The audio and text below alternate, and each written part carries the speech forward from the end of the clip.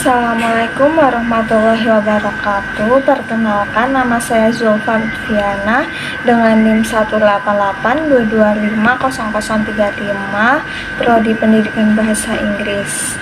Di sini saya akan mengumpulkan tugas UTS mata kuliah perkembangan peserta didik yang diampu oleh Bapak Heri Wardana, MPD. Di video kali ini saya akan menjelaskan mengenai pendapat pentingnya perkembangan peserta didik dan cara mengevaluasinya, serta mengaitkan penjelasan tersebut dengan materi pembelajaran perkembangan peserta didik. Menurut saya, pentingnya mempelajari perkembangan peserta didik sangatlah penting karena kita dapat memahami dan mengenali perkembangan dari setiap individu atau peserta didik yang tentunya beragam. Selain itu, dengan memahami perkembangan peserta didik, kita dapat mengetahui bagaimana upaya-upaya ataupun usaha yang kita lakukan terhadap peserta didik dalam meningkatkan minat belajar pada peserta didik. Selain itu, juga untuk mengetahui kendala ataupun hambatan yang membuat peserta didik tidak berminat untuk belajar.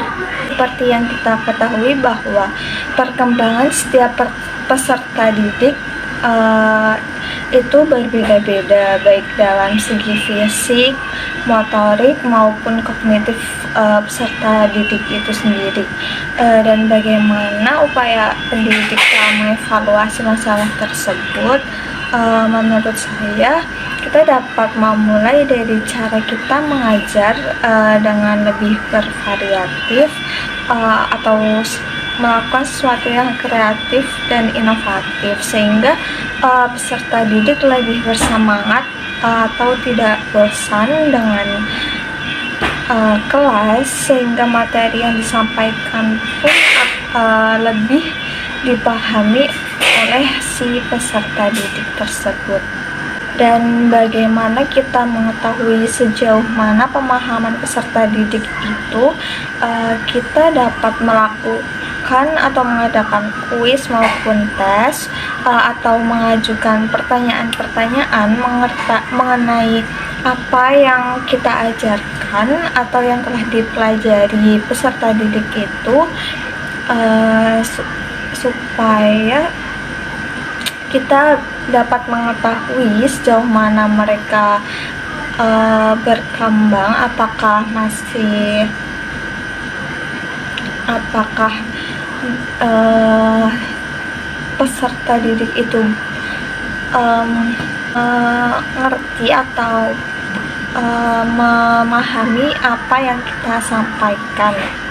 Dan kita juga dapat menganalisis ataupun memperhatikan dari tingkah laku peserta didik. Pastinya setiap peserta didik memiliki tingkah laku yang berbeda-beda, kayak seperti yang aktif, pasif, dan sebagainya. Dan kita juga bisa melakukan pendekatan dengan mengajak mereka berbicara, berdiskusi, sehingga kita dapat menyesuaikan tes ataupun metode yang sesuai dengan kemampuan setiap fisik anak maupun kognitif anak. Sebagai contohnya, untuk tes kemampuan membaca, apakah sudah lancar atau belum, kemampuan mengingat anak, dan lainnya. Itu saja yang dapat saya sampaikan di video ini. Mohon maaf apabila ada salah kata. Terima kasih. Wassalamualaikum warahmatullahi wabarakatuh.